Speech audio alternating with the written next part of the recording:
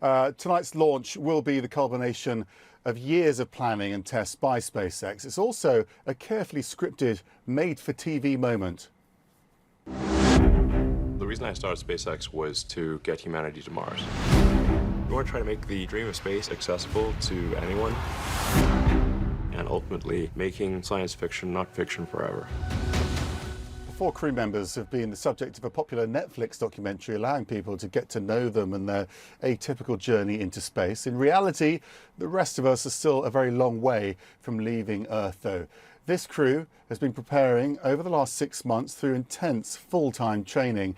And according to a government report, one seat on the SpaceX capsule costs around $55 million.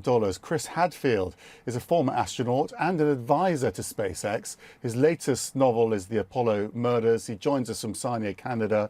Thanks for joining us. I mean, it's great that people are going into space having won a raffle, but isn't it a bit crazy sending civilians into space without a professional like you on board? Yeah, just civilians is a weird choice of word to me because there have been lots of all civilian crews. I mean, I've been on all civilian crews, but I think the real change here, Max, is there are no professional astronauts on board. That's the real difference. And I think it's a wonderful demonstration of the evolution of our technology. I mean, I wonder what you would have asked me back in 1921, you know, when they were just trying to start airlines, where it had been the Wright brothers and then World War I and all that investment and flying was crazy. And to try and turn that into some sort of more regularized thing, you know, you have to make that transition eventually. And this has been the summer in history where that is happening. Just explain why the risk is relatively low for them. Obviously, there's an amount of risk with any space flight, but you've reduced the risk because all the control is on the ground effectively. Well, I didn't say the risk was low by any means. They're about to fly a rocket ship in 5 hours. That's immensely dangerous. And it shouldn't be dismissed or taken lightly. Rockets blow up occasionally. We lost 2 space shuttles and all the crews on board. It's a dangerous business. But SpaceX has a terrific record. They're the safest or one of the safest currently flying rocket companies in the world. And the big difference here is it doesn't just rely on years and years of skills like what I have in my background of being an engineer and a test pilot, and then training for years to be able to compensate for a more primitive vehicle. The Dragon that they're flying is right on the edge of completely automated, and that makes it much, much safer. There's still lots of stuff that could go wrong, but hopefully the few months of training that these 4 people have had, that'll be enough to be able to deal with any of the foreseeable emergencies.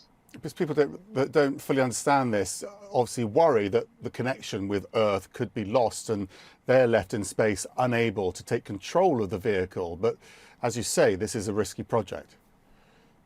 Well, the vehicle's not controlled from Earth, it's directed from Earth, but it's self-controlled. It's got all sorts of computing power on board. You know, the shuttle had such primitive computers on board, a tiny little bit of memory, and we've come a long way since the 70s and the 80s. So I think it's a good natural progression. I think it opens up kind of like we're peeking through the door of what's coming now. And it's still complicated and expensive, but you know, most things are when they're first invented until they get proven. And the ability to go through a 3-day flight, just like the first woman in space, Valentina Tereshkova, a 3-day flight, largely automated, and safely come home again, that'll be a terrific demonstration of what's to come.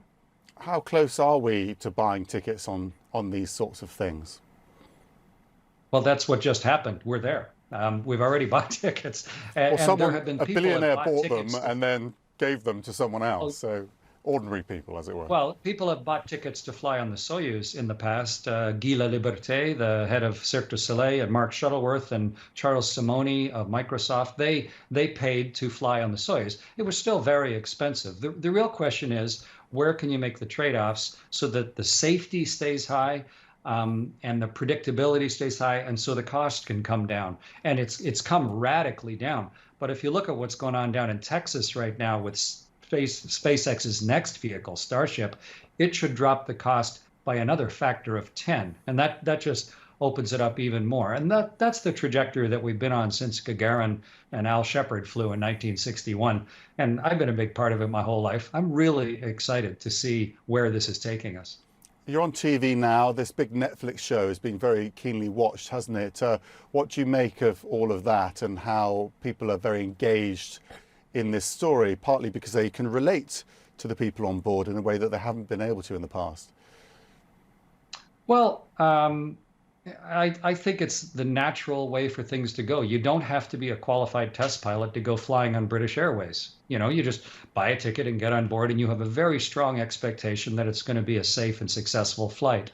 And so that is very liberating, and it's opened up the whole world to firsthand experience and to trade and travel. And you think of all that has come from safe aviation. And so I think that's what people are seeing. Also, astronauts it's been sort of sacrosanct up until now. Even the name astronaut, what does that really mean? These people, when they get to orbit, they are astronauts, obviously by definition.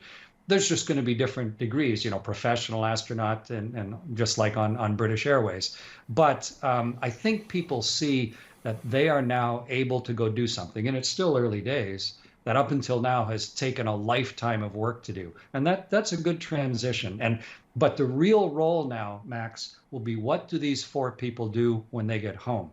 How do they not squander the experience? Can they take that same inertia of excitement and share it in a really effective way? Feel the responsibility of being one of the first and really work hard to educate and inform other people of where this is leading us.